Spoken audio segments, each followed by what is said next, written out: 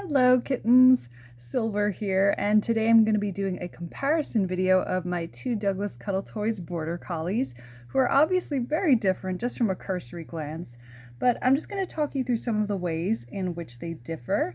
So today we have Amelia, who is one of the oversized sitting pups, and we have Chase here, who I renamed Rain, but we'll just call him Chase, just for the sake of simplicity and so things don't get too confusing. And Chase is one of these 16-inch laying style dogs. So first off, Amelia here has sort of a disproportionately large head, as you can see, which I think is one of her most endearing qualities. And she also has these jumbo paws that are thread sculpted to give her little toe beans. She's very, very floppy. She has some beans, I believe, yes, in her backside to help keep her in that sitting pose. And she does also have some beans in her paws for a little extra weight. And she has a very sort of wobbly head, as you can tell. And she has a fabric nose that's very soft. And then we have Chase here, but it should be noted that this Chase is actually an earlier version of this design.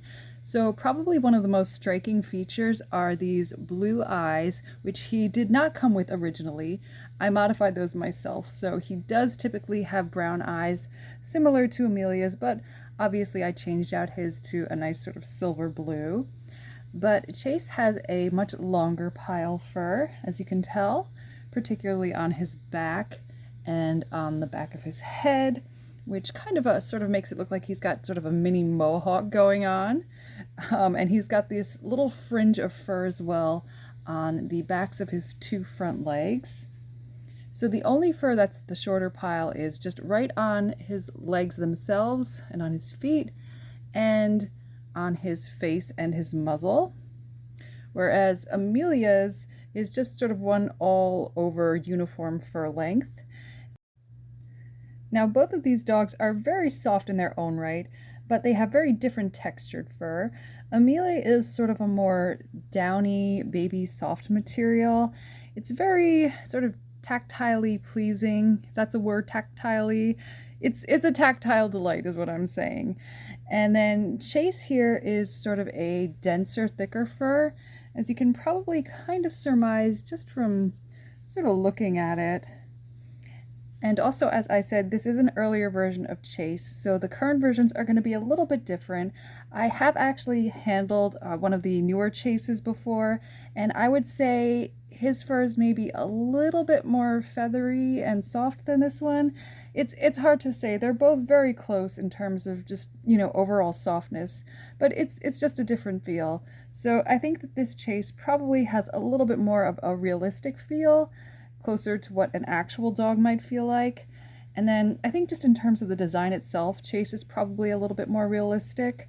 Just overall, like again, we mentioned that Amelia has that sort of oversized head and the feet, where Chase is probably a little bit more proportionally accurate to a real Border Collie puppy. And then Chase, of course, has a faux leather or vinyl nose. So one thing about the oversized sitting dogs like Amelia is that they do have the fabric noses, as I mentioned, and they are a little bit prone to pilling. They can get kind of rough pretty easily, so I'm very careful to keep hers intact as best as I can, but of course, you still want to get those good cuddles in.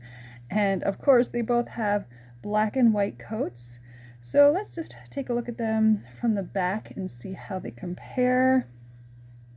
So basically, their backs are almost all completely black, and then you just got that sort of little strip of white fur right at the base of their necks.